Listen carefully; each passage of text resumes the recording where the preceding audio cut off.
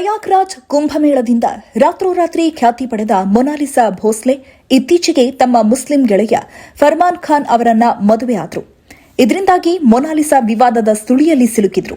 ಇದೇ ವೇಳೆ ಮೊನಾಲಿಸಾ ಅವರ ಚೊಚ್ಚಲ ಚಿತ್ರ ದಿ ಡೈರಿ ಆಫ್ ಮಣಿಪುರದ ನಿರ್ದೇಶಕ ಸನೋಜ್ ಮಿಶ್ರಾ ಗಂಭೀರ ಆರೋಪ ಮಾಡಿದ್ರು. ಇದು ಲವ್ ಜಿಹಾದ್ ಎಂದಿದ್ರು.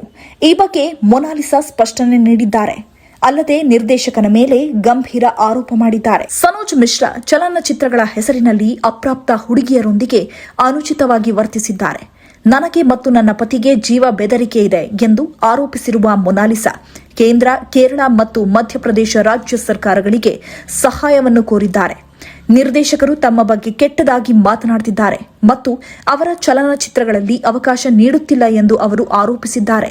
ಅವರು ತುಂಬಾ ಕೆಟ್ಟ ಮತ್ತು ಅಸಹ್ಯಕರ ವ್ಯಕ್ತಿ.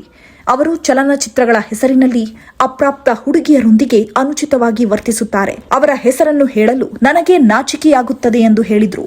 ಶೂಟಿಂಗ್ ಸಮಯದಲ್ಲಿ ಸನೋಜ್ ಮಿಶ್ರಾ ಹಲವಾರು ಬಾರಿ ಅವರ ದೇಹದ ಭಾಗಗಳನ್ನು ಸ್ಪರ್ಶಿಸುವ ಮೂಲಕ ಲೈಂಗಿಕ ಕಿರುಕುಳ ನೀಡಿದರು. ಮನೆಯಲ್ಲಿ ಆ ಕಹಿ ಅನುಭವದ ಬಗ್ಗೆ ನಾನು ಅವರಿಗೆ ಹೇಳಿದಾಗ ಬೆಂಬಲ ಸಿಗಲಿಲ್ಲ. ಅದು ನನ್ನ ಮೊದಲ ಚಿತ್ರ ಮತ್ತು ನಾನು ಹೊಂದಿಕೊಳ್ಳಬೇಕಾಯಿತು.